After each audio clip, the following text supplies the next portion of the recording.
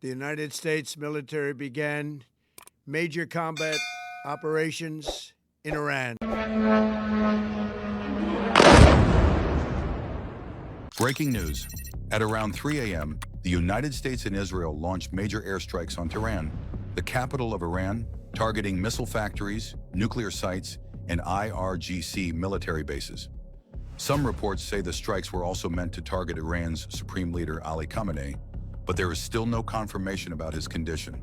In response, Iran fired ballistic missiles at U.S. bases in the Middle East, including a direct strike on an American naval base in Bahrain. Iran also launched many missiles toward Israel, with explosions reported near Tel Aviv and Haifa.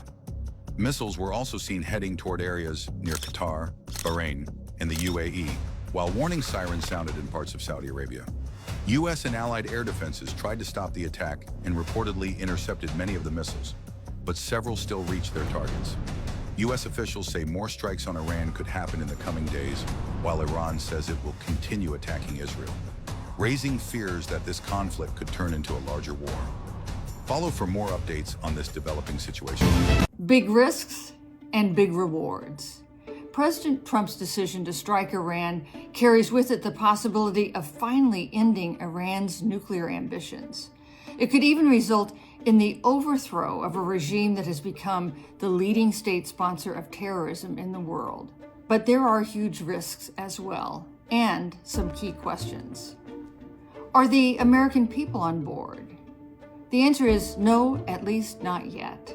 A University of Maryland survey this month found that just 1 in 5 Americans supported the idea of attacking Iran.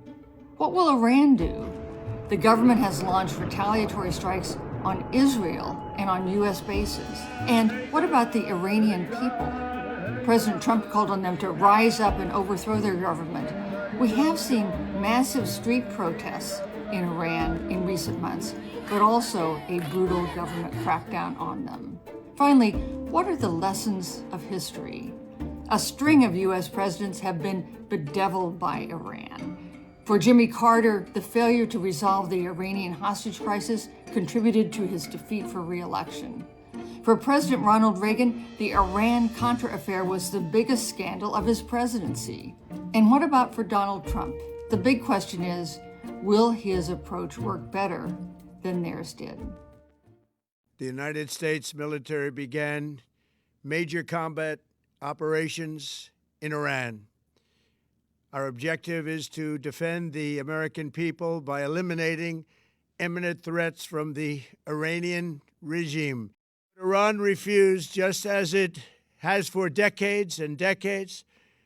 They've rejected every opportunity to renounce their nuclear ambitions, and we can't take it anymore. We are going to destroy their missiles and raise their missile industry to the ground. It will be totally, again, obliterated. We're going to annihilate their navy. We're going to ensure that the region's terrorist proxies can no longer destabilize the region or the world and attack our forces, and no longer use their IEDs or roadside bombs, as they are sometimes called, to so gravely wound and kill thousands and thousands of people, including many Americans. And we will ensure that Iran does not obtain a nuclear weapon. It's a very simple message. My administration has taken every possible step to minimize the risk to U.S. personnel in the region. Even so, and I do not make this statement lightly, the Iranian regime seeks to kill. The lives of courageous American heroes may be lost, and we may have casualties. That often happens in war. But we're doing this not for now. We're doing this for the future. I have one word only. I advise to the representative of the United States to be polite.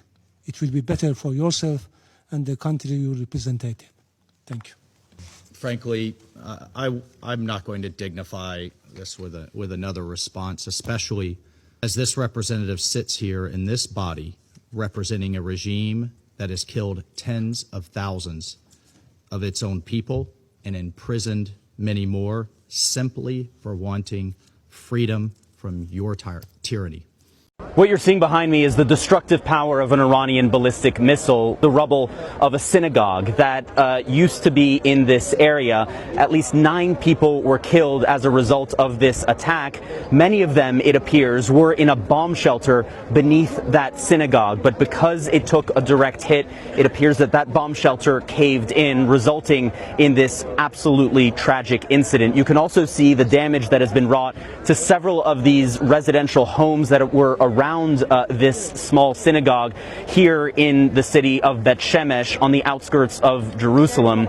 And this is so far the deadliest missile strike that we have seen from Iran since this conflict erupted yesterday after Israel and the United States attacked Iran, and Iran began retaliating with ballistic missiles as well as drones aimed here in Israel as well as at U.S. military bases and other cities in the Gulf as well.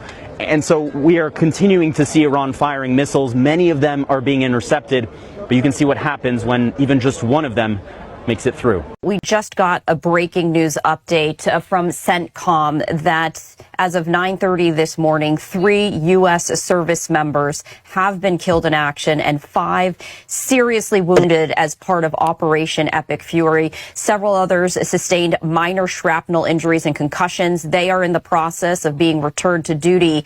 Major combat operations continue, and it says, quote, "Our response effort is ongoing. The situation is fluid, so out of respect for the families," this is according to CENTCOM, "we will withhold additional information, including the identities of our fallen warriors, until 24 hours after next of kin have been notified."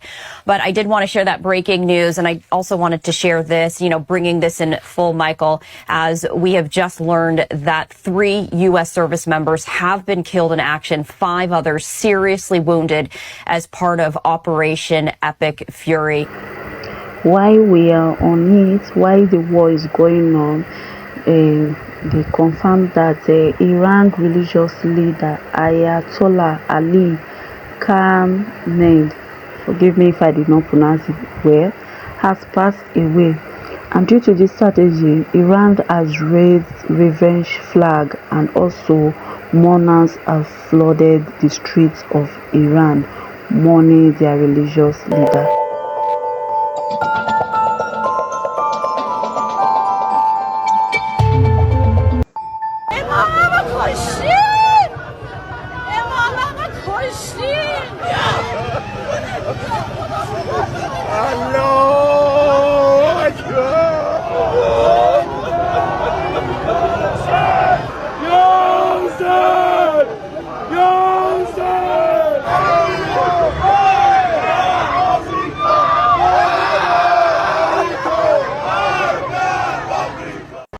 So I will just read 2 comments from reactions of people.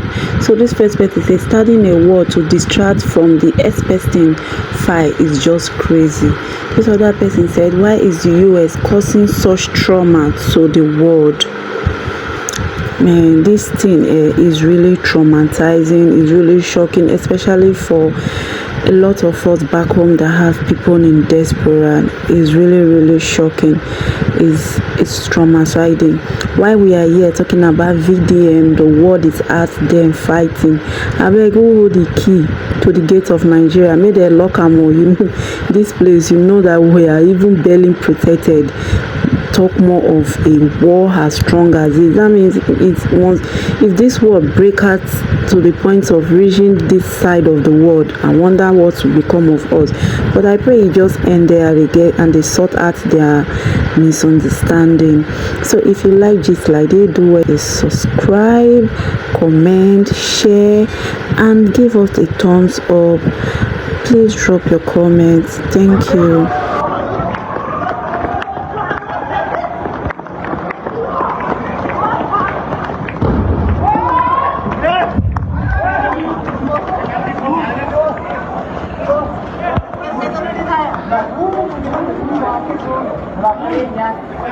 Guys, look at other. Oh my God. बिल्कुल मेरे room के सामने. या अल्लाह खैर.